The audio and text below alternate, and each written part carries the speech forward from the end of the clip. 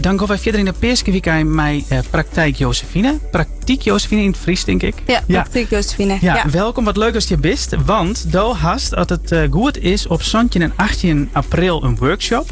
Waarbij je hem in het Bijbel duiken en oliën en zalven uitwerken. Ja. Ik kreeg een mail van die deze week. Ik dacht, dat vind ik meteen interessant. Dus ik had die uitnodigen, want ik ben heel benijd. En leuk dat je er bent. Ja. Kisto, vertellen, wat is praktijk Josephine? Ja, ik ben lichaamsgericht therapeut. Ik ben eigenlijk, een tijdje ben ik uit de reguliere zorg gestapt. Dus omdat ik eigenlijk vind dat we eigenlijk in de preventie, dus hoe zorg ik voor mijn gezondheid, hebben we eigenlijk heel veel winst te behalen. En ik kom toch wel veel mensen in mijn praktijk die te maken hebben met langdurige klachten, mensen die binnen de reguliere zorg net uitkomen en eigenlijk een beetje tussen wal en skip vallen. Ja. Nou, ik behandel ze op een lichaamsgerichte manier. Maar ik doe het met essentiële oliën. En dat is gewoon een hele, voor sommigen echt een compleet naaie wereld. Maar daar kan ik de gezondheid enorm goed mee ondersteunen. En dat is voor mij de reden dat ik daar zeker workshops in jou. En nou dus in dit geval een Bibelse serie. Ja. Dus, ja. Want door scrunners, als ik het goed ha in een mail, scrunners van de eerste avond hebben we inmiddels mogen geven, afgelopen zaterdagmorgen. Ja. En wat opviel was de herkenning en verdieping.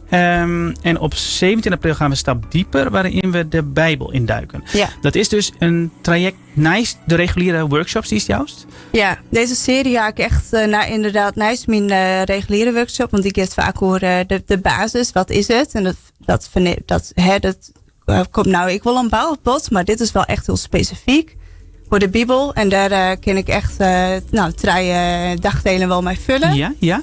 Dus 17 april zal ik echt wel een verdieping wijzen. Dus wat vind ik je de reële oren in de Bijbel? Wat zijn de voorbeelden daarvan? De olies, wat betekent dat? Maar de gast dus echt, de slaagt echt de Bijbel iepen. Ja. En dan hoe werkt het dan? Ziek is dan een olie op? Of hoe maak ik het van mij? Hoe kiest de olies in de Bijbel? Ja, nou, er zijn echt wel heel veel voorbeelden in de Bijbel. Als ik er iets neem, maar ik get het door het verhaal van Esther, koningin Esther. Die wilde eigenlijk een jaar lang voorbereid voordat ze naar de koning mag komen. En haar voorbereiding wie bijvoorbeeld voor de broek maken van de mirreolie. Nou, dat gaan we dan, ik op de jonne gaan we daar dan ik op in. Van, wat is die mirre? Wat betekent die mirre? Maar Esther wilde eigenlijk geestelijk al voorbereid op een enorme moedige stap die zij moest zetten eigenlijk. Eigenlijk ze moest voor het Joodse volk opkomen. Nou, mirre is een enorm mooi product voor die gezondheid. Maar als we er emotioneel naar zoeken, dan zit het ik voor een stuk herstel van binnenuit. En Esther hier dat ik nodig als famke om in ieder geval in die voorbereiding om zo'n grote stap te zetten. Ja. Dus dat is een voorbeeld. En daar gaan we alle voorbeelden bij langs. En dan tippen we echt wat olies uit. En dan door die workshop dus, dan pakst die passage van Esther erbij. Ja. Maar die mirreolie. En dan hashtag letterlijk mirreolie. Ja. Wat doen mensen daarmee? Nou, ik deel het dan even uit. En mensen kunnen er even naar roeken. En ik vertel de eigenschappen ervan. Dus ik vind het wel belangrijk dat mensen weten wat de lichamelijke eigenschappen er binnen. Dus wat kan het dwaan met die lief. Maar wat kan het emotioneel met die dwaan. Dus het is echt wat ik vooral verneem. Ook van de eerste keer. Er zei een vrouw van... wow, dit komt helemaal dicht bij me. En ik feel dit steeds maar. Ja. Ja. En dus dat mij iedereen op zijn eigen manier ik in ervaren. Dus ja, ik neem het mee. Wat dus, leuk. En de verdieping zit hem dus in dat je een passage uit de Bijbel pakken. Hoeveel passages behandelt in zo'n workshop? Nou, ik denk dat we flink wat voorbeelden wel hebben. Dus dat is echt een hele theoretische jonne. Ja. Maar ik denk voor degene die het leuk vinden om echt even de Bijbel in te doeken en te pluizen. Ja. Daar is dit gewoon een hele leuke jonne voor. Dus, en het is dus op 17 april en op 18 april. Ja. Op 17 april doe je hem de Bijbel in. En op 18 april ben je bezig met het praktische onderdeel.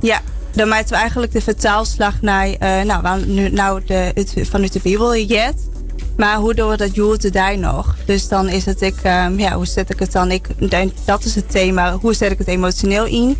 Dus bij welke emoties? En voor de mensen die bijvoorbeeld in een burn-out zitten. Ja. En eigenlijk handvatten nodig binnen om te zeggen van hé, maar hoe doe ik dit in voor de weeks? Hoe pak ik dit op? Wat goed. En Santje in april is een joen of is een hele dag? Dat is een jonne. Ja. En hoeveel deelnemers binnen er ongeveer? Ik heb plak voor 80 mensen. 80 mensen? Ja. Oh, wat goed. Ja. Dus echt een zaal vol. Ja. En kan mensen eigen passages meenemen? Want ik kan me voorstellen dat persoonlijke dingen uit de Bijbel helst. Ja. Dus dan zei ze, nou, ik ga dit lezen, dit zit ik oorlijk. Ja. Kan ik dat, kies dat inbrengen? Ja, dat vind ik fantastisch. Ik hou heel erg van die interactie. Dus ik vind het juist heel erg leuk dat mensen ik echt zelf, ik kom met mijn vragen. Daar heb ik ruimte voor. En dan 80 mensen die verdeeld staan in groepjes?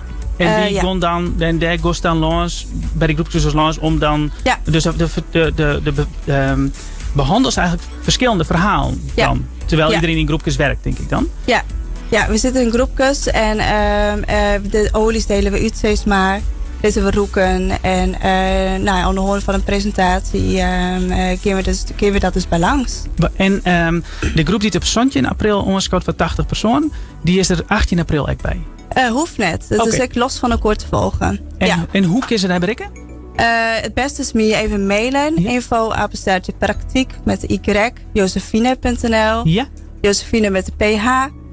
En oors, mijn website praktijkjosephine.nl. Dan staan mijn mailadres voor vinden. Dus, super. En dan ben je nog binnen een plakking vrij? Of is er al vol, ik kan nog wel ruimte, zeker. Super goed. Ja. Dus mensen moeten vooral even naar Praktijk Josephine zieken en zich aanmelden voor deze workshop. Ik wil gewoon even contact opnemen, even appen. Dat is altijd goed. Social media, ik ben overal wel op te vinden. Super. Ja. Hartstikke bedankt. Hele volle succes alvast. Ja. En fijne Peerskedagen. Nou, dankjewel. Hetzelfde. Dankjewel. Ja. Ek een agenda.nl van RTV NOF. Mail agenda@rtvnof.nl